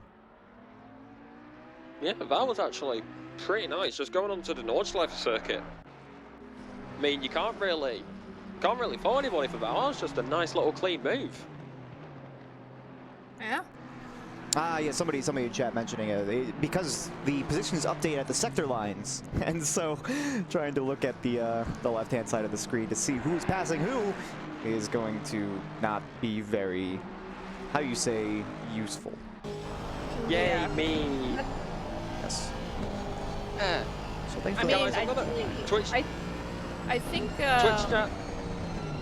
The Nordschleife has like, I think 9 sectors, but in ACC it just says 3. So yeah, I think it's just the lack of native support for having so many sectors, so they just have it in 3 sectors, which I might add makes it very, very annoying to try to figure out where you're gaining and losing time if you're not looking at telemetry. Yeah. So I know for me personally, I've been trying to fix my sector 3 because it was notably slower than a lot of other drivers, but I can't really figure out specifically which turns I am losing time at. So XOXO, thank you, Kunos, for that. Really appreciate it. You suck. Yay. Kind of. The relative times, dude, just going crazy. At least we've got the track. Hey. Right? Yeah. Hey, don't diss Kunos. They gave us Nordschleife. Can't we just be happy about that? Exactly. Yes, Yeah. this is true. Can't we just be happy that we got Nordschleife? Come on, Andrew. Stop.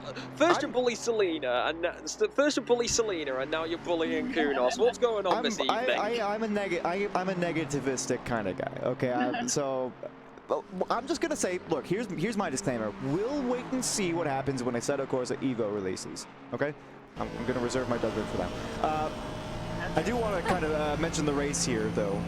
The reason we're kind of getting a little bit in the talk show phase here is because there are only 3 gaps that are within a second right now. So we're going to have to wait for people to pit at the end of this lap to see where the action really starts to unfold. But I think this is really the big one that we're watching right now is, so it's Jeremy Mercer just a little bit ahead of this fight with Dominic Duran immediately behind him. And then just a little bit further back the field, you can see this is Mr. Sir. If you look ahead, that is the fight we were just mentioning a moment ago. So these are for the podium positions. These are for the top couple of spots, and then Mia Rose is actually a fair bit up the road from then having her own little hot lap session right now on the Green Hell.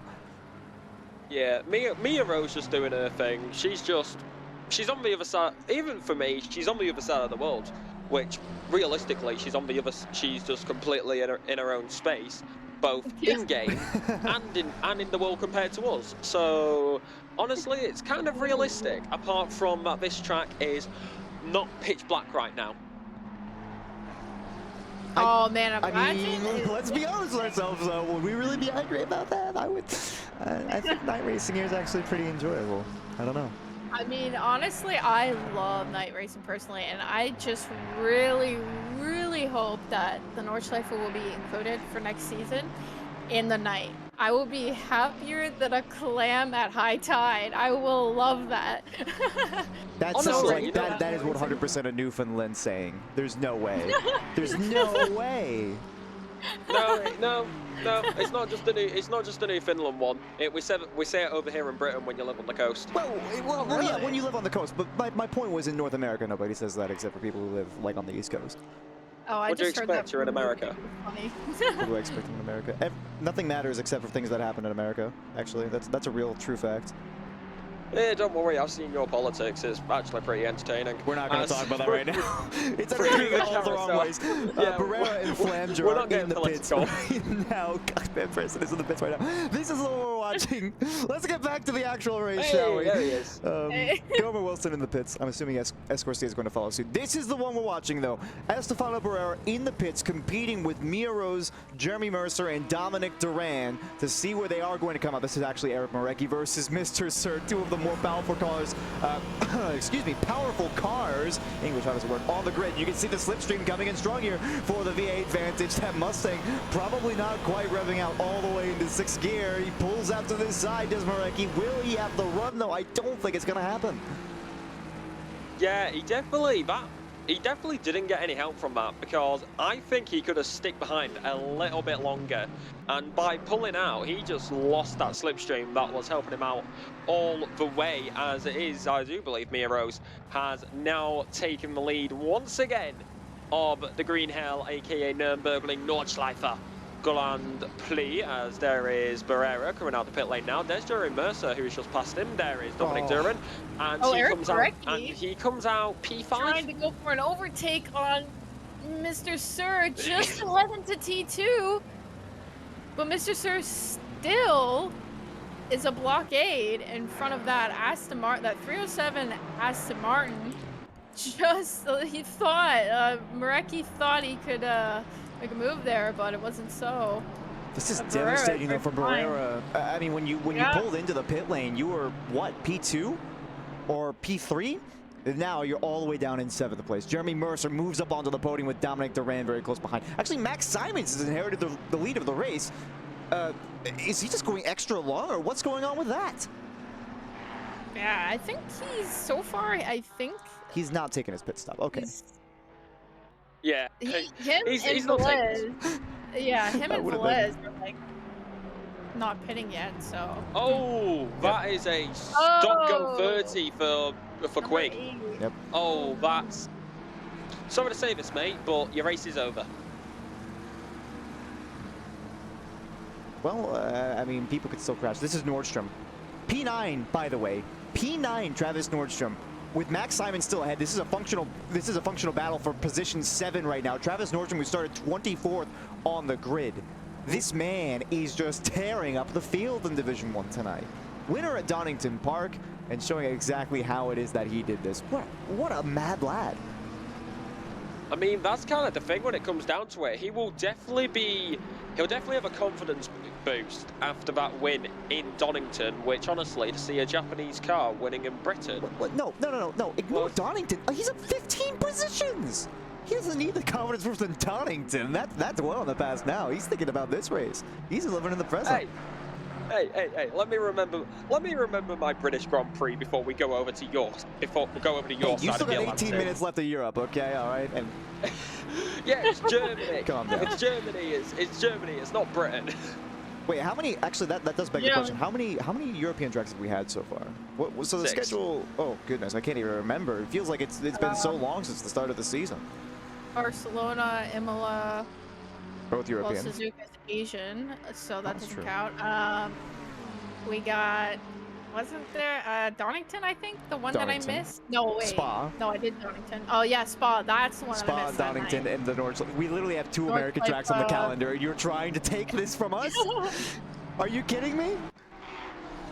Get out of here.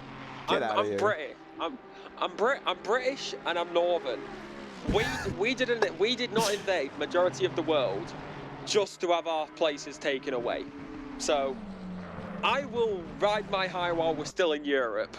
As once again, Dominic Duran, as we're going to move away from that because it's basically becoming a podcast at this point, as we're going to continue going on. Still watching Dominic Duran, trying to make his way past Jeremy Mercer. Less than a second between these guys, as it is still pretty tight around this very tight circuit of Nürburgring Nordschleife for the good old green hell with Dominic Duran basically in the camo livery and Estefano Barrera down in P7 when he was in P number 2. So just shows that the undercut here is the way to go at the Nürburgring Nordschleife. I have said that about 3 times in about 30 seconds. Just shows that it's getting early for me.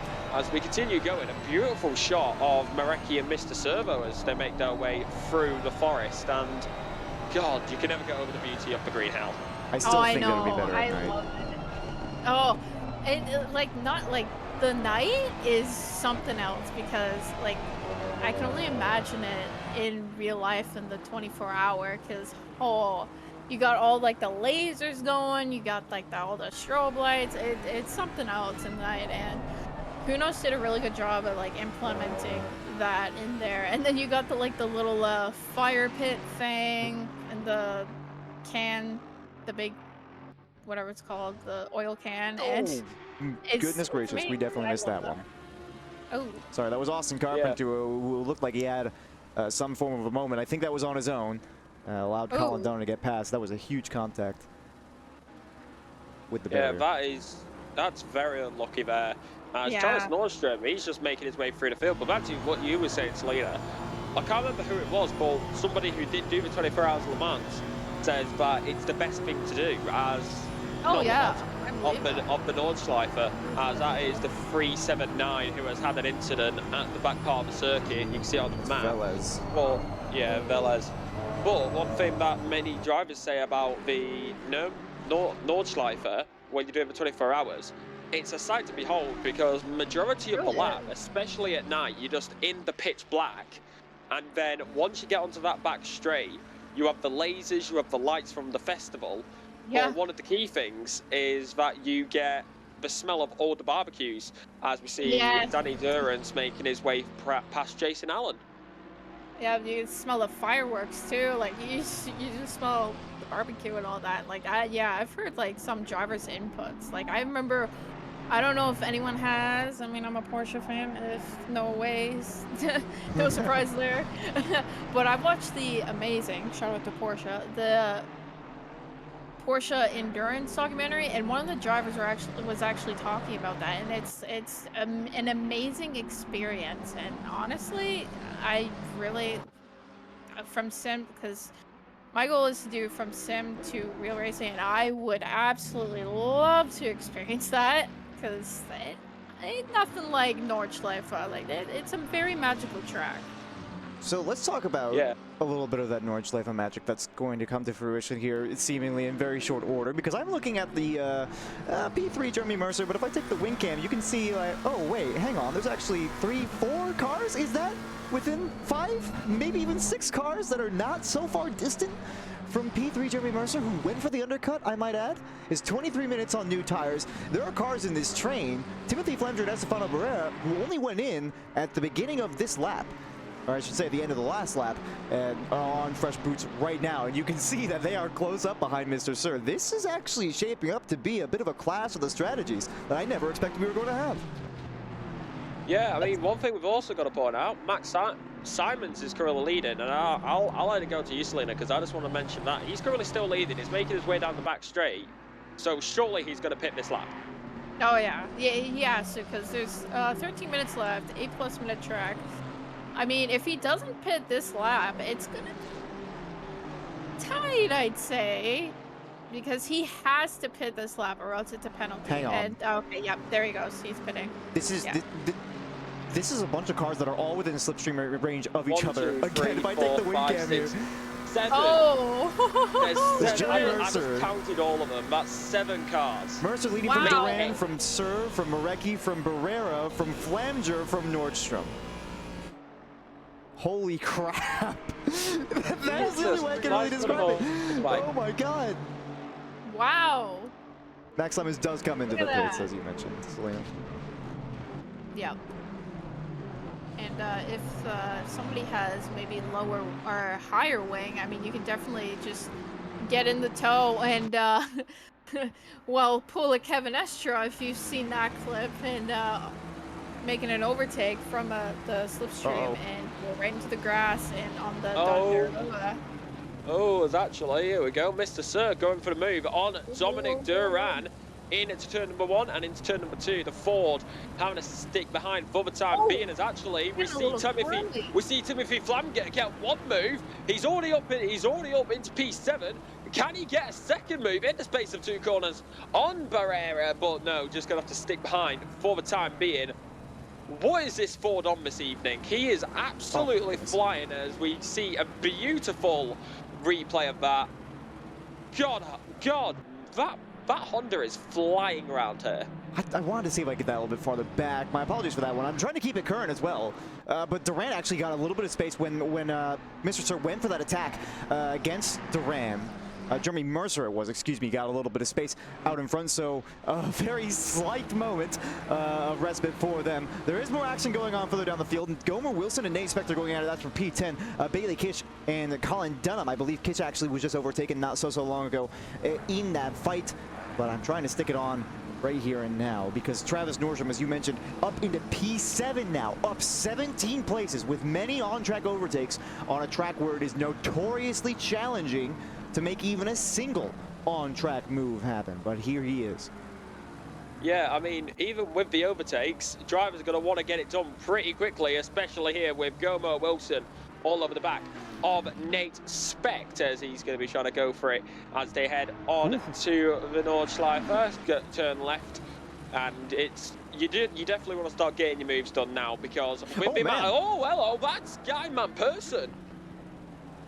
Oh, Dom Duran! Oh, no. Woo! Right back on track. Ooh. Well, that is going to be serious damage for that McLaren. Looked like he lost it at Hotzenbach and just went right into the barrier, went into the grass, and just whoop. But if he holds up Mr. Sir, if they start a battle, I mean, this is the key, right? Because everybody's so close up behind them. So if they have a little bit of a fight, which it looks like Mr. Sir is actually going to make it past. Yeah, I'm not surprised. It's a straight with a king, and we all know what the Ford is like up there. Also, one thing, I don't know if it's updated for me, so I actually don't know if that's correct, but I'm trying to look at the map. It would have updated for you guys, not me. Simons, for me it says he's P2. Where is he right now? Correct me. He is, oh man, he's... Where is he? He's in P14. Oh, I see. Oh, there we go. There we go. It's finally correcting for me, just as I asked. So Gomer Wilson still in the back here of Nate Specht, but I'm not going to stick on this for long, because again, Look at this. Yeah, we want to focus on this. This is where the battle is. You can see the damage on the right-hand side of the McLaren, and it's definitely going to be a tricky one, as it's just nose to tail for all these drivers. Sure, I hate to say it, but how the heck have these guys not had a major collision yet without close they are to each other?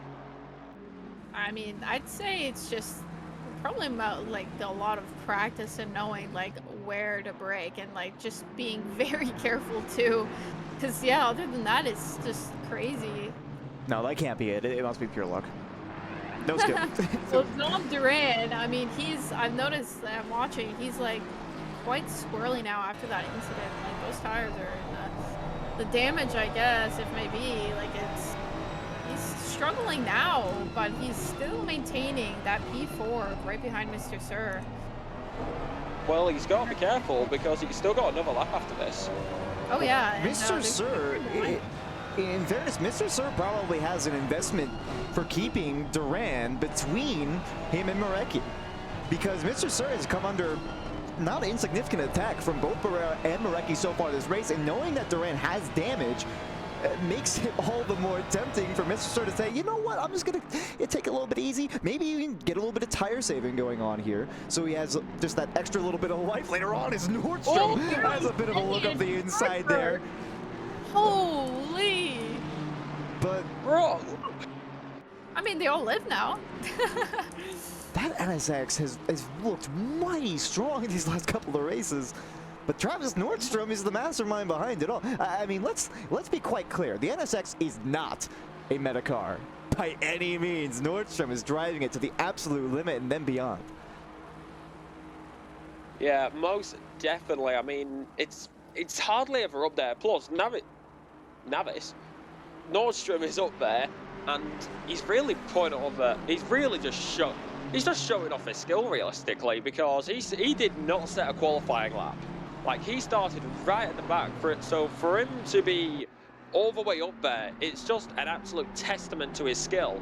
And by the looks of it, with Estefano Barrera and Marecki, surely he's going to overtake these two within the final laps, because the way that we saw that move, surely ain't no way he's going to be stuck behind them for too much longer. And again, I say that, Timothy Flem goes all over the back of Nordstrom. Well, here's the problem is, in a one-on-one fight, yeah, you can go for something a little bit more aggressive, but when you have so many cars in front of you, trying to account for the knock-on effect and still outbrake your opponent is going to be incredibly challenging.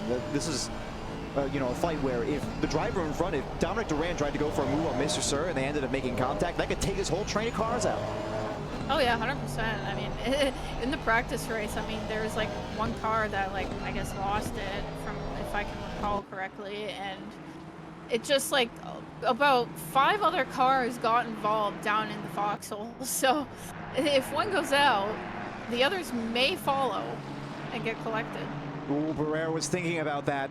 Oh yeah. He was Barrera.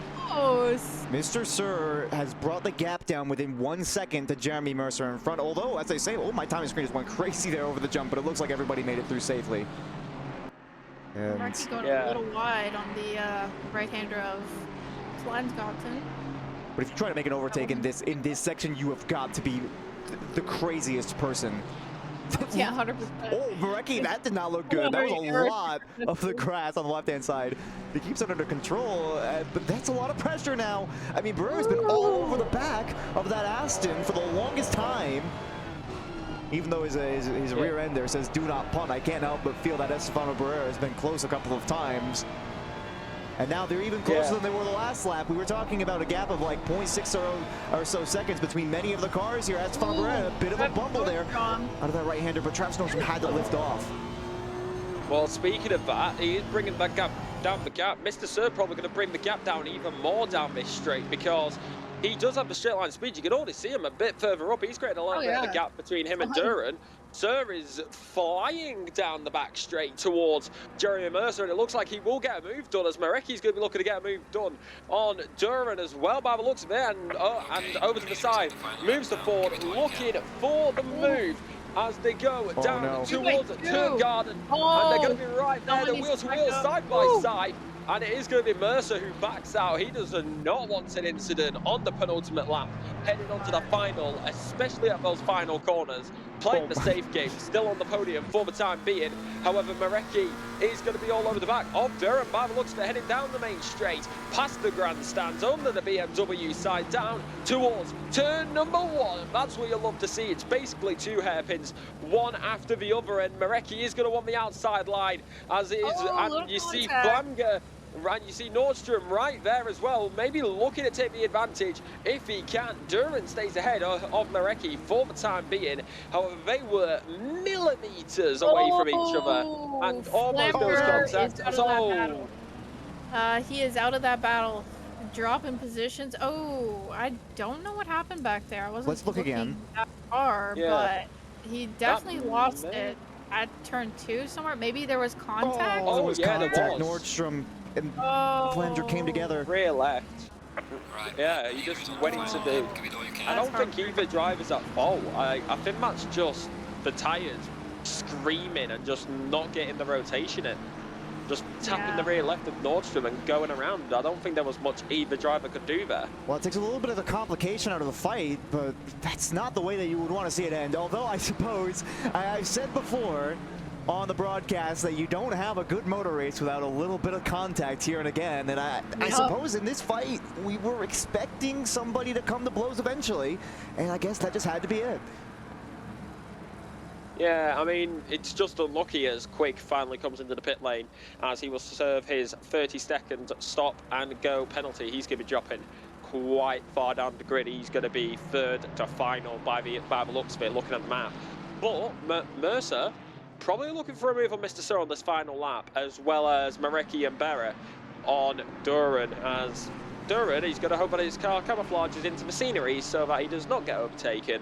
But of course, it's the final lap of the Nürburgring Nordschleife GP, and it's definitely going to be one to look out for, as I think all these guys may get of course, if you get desperate, it can also ruin your race. However, if you want to get your overtakes done, you want to get them done on this lap. Let me say, hold the phone real fast, because this is something that hasn't really developed until just recently. Guy Manperson has brought this gap down to, that's Andrew Wilson in front. This is for the silver win. Guy Manperson, who's been dominating the silver so far this season. So this is a gap within half a second right now. It's Guy Manperson, as I mentioned, behind Andrew Wilson for P10 overall. So most of the gaps, realistically, outside of the fight that we've been following for the better part of these last couple of laps, most of these battles, these gaps haven't really been, you know, coming much to fruition. Gomer Wilson's still about a half second behind Nate Specs, but it's been stagnant through there. Omar Escorcio is right behind Timothy Flanger now, and Flanger, we know for a fact, has damage, so that's going to culminate in some sort of a battle almost certainly as we move forward, but it's still looking towards the front in a completely indeterminate podium right now, save for Mia Rose out in front with about a 30-second gap, I should add, at this point. That's crazy. Ludicrous. Yeah. God, it's all over the place. Like, you have to really be on the edge when it comes down to it. And to be honest, it's really hard to be right there. But like we said, the NSX is not exactly the best car. However, two things that it comes down to is one, driver skill, but also the way that you set up your setups. And who knows, he could be using one of our affiliates. Go Setups, premium esports setups for everyone. Use our affiliate link on our Discord and take your drive to the next level, just like Travis Nordstrom is right now, and Mia Rose, because she is just flying off into the distance, and she will tie, as long as she doesn't crash, she will tie with Michael Menning to have 2 race wins this season. They're getting even more impatient. It feels like Estefano Barrera has been staring at that massive Aston Martin rear wing for the better part of this race now, and motioning for a move in one of those braking zones where you would never expect somebody to go for it. It's starting to make Marecki think even more. It's been high pressure for the 307 all race long, but they've managed to keep it under control despite having a couple of monsters over the curbs in the last section of track. The very tight and twisty, fast left and right handers. I don't know how in the world it is that they are keeping cool under this much pressure. It's hard enough for me just to get a single valid lap down on this track, much less putting down the kinds of times that they are. I can't even qualify with times like these, and they're doing them in race pace in a battle in a train like this under so much pressure. I would like to reiterate how insanely talented each and every one of these drivers are to be in this situation in the first place. Oh yeah, and imagine, like, think about like the real one too, like to be in a battle for like 8+ minutes on the real Nordschleife, going like over 200 kilometers, like that is just insane to keep it clean, like right behind the driver in front of me, like that, like huge kudos to those real drivers too, like, Oh, like it's just crazy. And Nordstrom had a bit of a Even wide moment there. He'll drop off that train, and yes, that's a sad story for Nordstrom, but he's got about a 10-second gap behind it. He's still going to finish in P7 as long as he can keep it on track. So if that's the end of his story, it's still a damn good story for Nordstrom this race. yeah, Oh, yeah. definitely. And even though his story may come to an end, we've still got Barrera, Marecki, Duran and Mercer all over the back of each other, and Mr. Sir actually. So 5-car train, we've gone from 7 cars in the train to 5 cars in one lap, in half a lap. However, these guys are just not giving any room to it, just not giving any room, and it's what you love to see really, as we see Timothy Flamger on the back of Guyman Person. Once again, this is like Andrew said just before, this is for the silver win, and Guyman Person, no, but Flamger is not silver. No. My brain is not braining. Andrew Wilson is, though, in front of, who apparently developed the gap to Guyman Person, but that's starting to culminate. I'm going to go back on the main train, though, because I see 0.1 seconds of a gap from Estefano Barrera to Eric Marecki, and we're coming down to the final moments here, and Estefano Barrera is so aggressive on the power. Just a little bit of a slide there, sticking it right up behind his ass. And how in the world do you find the bravery for this? They're headed towards the jump now. One mistake from any one of these drivers could shape the entire race for many people behind. If one minor mistake is made, and it looks like they navigate it cleanly one final time. The tree's getting in the way. It's called the green hell for more than one reason here. The spectators having a bit of a trouble. Dominic Duran following Jeremy Mercer, still, I don't know how in the world he's still even in this battle after taking, or looked to be a significant hit there. But the back straight is going to have so much action. Oh, Gomer Wilson's completely around! Gomer Wilson! Oh no! Huge incident for him, and that's going to be a race definer. Yeah, most definitely that is going to be a race definer. Like, we're looking at the replay here because we only saw him off. Oh. Yeah, big shun. That is definitely loads of cars coming his way as well. God, that was a big shunt, and I will not be surprised if he has suspension damage after that. As actually, that, speaking of off, that is Dominic Duran losing. Oh, at just on the exit. Yeah, on the exit of Galkinov. Just totally lost. Like, at least I just saw it, but here it is. That is definitely gonna hurt. Estefano Losing Barrera. 2 positions. Wheel to Yeah, wheel. it's going to be a drag race. It's going to be a drag race to the line. Mia Rose has crossed the line. She has won here at the Nürburgring Nordschleife. But here, Barrera has to back out. And that is going to be a race definer, unless it's a drag race to the line, because that was getting real hairy for a second. Speaking of hairy, he lost the rear end. Could that give Barrera an advantage? Yes, it will. No, here comes Dominic Duran, though. Drag race to the line. Barrera stays ahead. Dominic Duran has to settle where he is. Here comes Guyman Purser. Gomer Wilson will come out just ahead by the looks of... No, he crashed. It's Wilson. He comes across the line. He will say... No, Wilson is there. Wilson will take the win for Silvers, followed by Guyman Purser. Finishing ahead of Flamger, S. Garcia. And, yeah, there he is, Wilson in the pit lane. And you see Dan Cran, everybody's favourite admin, currently making his way round the track. And honestly, even though it's still going on and he is chasing down the damaged Lamborghini right in front of him, if that is the same Lamborghini. That is well, honestly, or not Coladrone, but that's iHawk Nords, which is Kelvin Lau, I think, in disguise. Yeah, I mean, that's one of the things. He's all over the back of him. But honestly, this has been one hell of a race. It's still going on. Dan Cran may get a run on him down the straight, but of course, ooh, Jesus Christ, on a motorbike. Oh my goodness. Well, I think that's gonna be the end of that battle there. I think Dock's probably gonna be able. Let's see. Can I get that one back just real fast? So this is on board with Dan Grant just a moment ago. I think he just touches the grass. Getting some eyes on what exactly was. He got a little bit of airtime. Yeah. Yeah, very unlucky there. I mean, as just a Nordschleife for you, as down the P15 has finished, as actually Baylor Kish did have a smaller gap. That's probably opened up now because Andrew and Selena, you people luckily have race control, whereas me, I've got to focus on the timing board. But of course, this is the Nordschleife, such a big track, but of course we can't do it without our sponsors, and a huge thank you to those SRA sponsors and title sponsors for supporting us here at SRA, as well as Documize, a modern business solutions for product management. Go to documize.com to learn more today, and support from Retro Saga, a North American based gaming company that provides accessories for your favorite classic systems, including Nintendo, Sega, PlayStation, and much more. Enhance your retro gaming experience today at retrosaga.ca. Unfortunately, I'm in Europe, so I can't. Yeah, it's .ca. I noticed that's Canada, so that's great to see. Canadian representation. Yeah, Canadian representation. .ca. Yep. See that a lot in Canadian websites. Celebratory spins. Yeah, love it.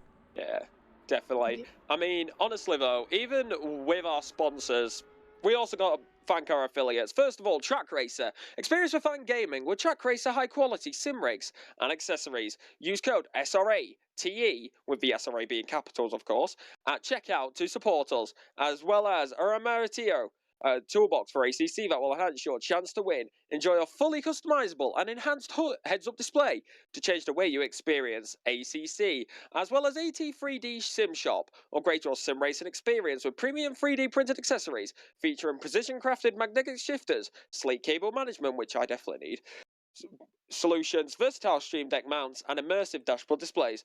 Their innovative designs enhance your performance and style. Elevate every lap with top-tier quality and craftsmanship at at3d.net. And finally, from Castle & Cauldron, a home-based crafting solution business specialising in handmade Harry Potter, Fantastic Beasts and Fairy wool collectibles, magic wands, potions, mini dioramas, wall decor, customary, cosplay, and much more. Castle & Cauldron is where crafting meets the magical. Visit facebook.com/Castle Cauldron. And without all those guys, we definitely could not have a race like we had. That was epic. It was. I mean, honestly, when is it ever not epic at the Nordschleife? Like it's never a dull moment here, and I love it. I'm here for it. And I am so excited for tomorrow's race in D2. Like, oh, I'm very excited. I am not. I guarantee you, if you watch the D2 stream tomorrow, there will be a yellow flag for car number 79. It's going to happen. I am ready to accept the inevitable. Sweet. Okay, sweet. Thanks for the heads up, because guess what? I'm doubling this week. I'm on D2 tomorrow. Good luck, guys. Ooh, maybe I should just DNS this one. I don't know. Oh, no. Nah, like, to be honest, we got to give our thoughts on that race, because holy guacamole, that was a mega battle towards the end. It was insane. That's an Nordschleife, man. It got so close. Yeah. I think we can see why Selena is a bit obsessed with this track. Yeah, exactly. Yeah, the battles, the length of the track, the amount of different elevations. Like, it's a special track, and it goes way back. I think if I recall correctly, I think it goes back in the 20s where I think first opened. But so it's a very old track. So it's got its history, a lot of history, and it's a very special track. I love it, and it's beautiful too. Lots of beauty at the Nordschleife, especially going down to the Kesselchen straight. Well, not really straight. It's like twisty, but I mean, with the trees, like in between the trees, it's breathtaking. It's a track. Oh, that's definitely a track. Yeah. Well, I mean, it's a track that I'm just gonna say it flat out, right? You know, it's hard. It is hard to race on this track, it is. But when you get the racing, like we did in D1 today. Oh my god. Oh, it's so good. That was just Amazing. perfect. Chef's kiss, except for that one moment between Nordstrom and Flamger. I think that we had just, phenomenal racing standards, realistically all around. We had the one punt at the beginning of the race. Yes, okay, we can't ignore that one happened. But for the most part, there was a lot of close action and not too many instances where people were dying way too frequently. Yeah, we had a little bit of drama here and again, but as I said before, without a couple of yellow flags, you wouldn't really have a true motor race, in my opinion. Yeah, I mean, that's just how it is for racing. Like, you're always gonna, it's just people want that win. They want to gain that position. And so you go for the overtake, and it just may or may not work. So, and that's racing. That just happens. I think I need that. I need that on like a plaque. It's right up there with the all the time you have to leave the space, and if you no longer go for a gap, you're not a racing driver. If you no longer go for a gap that exists, you're no longer a racing driver. That's Selena's quote is, sometimes you go for an overtake, and sometimes it works. Sometimes it doesn't work. Yeah, I've done I've done things on the Nordschleife, and it actually somehow worked. No, you could just drop the last half of that. You've done things. Look, I watched you race in Division 4, a couple seasons ago. Ooh. Hey. Oh, yes, good old Suzuka. But, I mean, this is the Nordschleife, so that is totally different. It's the Nordschleife, so I get a pass. I'm allowed to wipe people out because it's expected of us. Yeah, I mean, actually, I'm going to go back to what Selena said here, because while you guys were talking, that's what I was searching it up. This track was built in the 1920s around the village and medieval castle of Nuremberg in the Eifel Mountains. So that's why it's called the Nürburgring Nordschleife. And the reason it's called the Green Hell is because that's the nickname Jackie Stewart gave it. It's got 150,000. It's got 150,000 capacity, and the first person to lap it under 9 minutes was good old Phil Hill, and he completed under 9 minutes with an 8-minute 55. Which, that was a Formula 1 car, so considering that we're doing nearly 8-minute 5s in GT3s is really something else. Yeah, it is. And I believe the record, actually, well, speaking of times, the record is, not surprisingly, it is, where did I see it? Oh, I just had it, but the Porsche 919 Evo made a time it made a time of course. It did a 6-minute 6:08.5, I believe. I know it's definitely a 6 and it's low, but I had it. I thought you were like looking this up. No, she just knows these facts. Yeah. Porsche, hire this woman. All right. Yep. Right, I'm going to fact check this. I'm fact checking this. Okay, all right. Well, I do gotta go here before long, so I'm gonna have to cut it off because we're basically getting back into podcast territory here. It's been a wonderful stream. Yeah, I mean 519.5. That's what it is. 519.5. The Porsche 919 Evo did overall. I think that doesn't include the GP circuit though. I think I've seen that lap, and that's not with the GP layout. So that's not. Yeah, no. It's just the Nordschleife, but it's still impressive. Yeah. Still Yeah, on 29th of June 2018. Right, anybody. Yeah, Yes. well, Andrew needs to go. Andrew needs to go. We entered podcast mode. We apologise. We're just giving you more facts about the Nordschleife because everybody loves the Nordschleife. Put that on a plaque. Yep. So, yeah, we gave our final thoughts on this race. Let's be honest, we kind of just entered podcast mode. So, ladies and gentlemen, I will be here tomorrow night. So, have fun with me. I'm totally not going to be trying to commentate as curse Andrew. I'm going to leave Selena alone. I'm totally not going to try to curse Andrew. I don't think there's any more curse that you could possibly make me, but I appreciate it. You're welcome. But yeah, so I have been Alexa Marshall with Selena Boonstra and Andrew Rife. I have not called him Reefy. I've got it correct this time. Any of you two want to roll that out, or we're just ending it there? Well, I do want to make sure to plug, of course, because we are going to be here next week. So you're going to see Alexa tomorrow, obviously, for Division 2. And every division that did not race tonight will be racing tomorrow. All of the links that you need to find those broadcasts are going to be in the SRA Discord, so join up there if you are not already in. And it's Circuit of the Americas in the wet for next week. That's round 7, going into the penultimate round of the season, starting to wrap things up. And I got to say, I'm looking forward to it, Selena.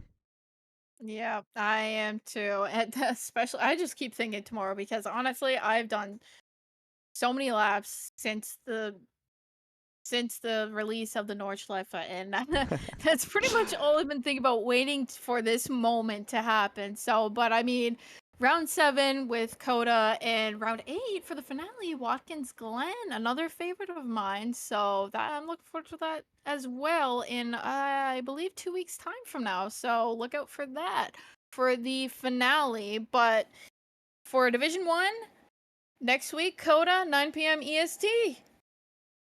Be there or be square. Or 1 a.m. or 1 a.m. UTC. That too. If you're in Europe. Because some of us are European. All right. That is true. Well, thanks so much for joining us, everybody. Again, it's been Andrew Reif, Alexa Marshall, and Selena Boonstra, and we'll see you next week.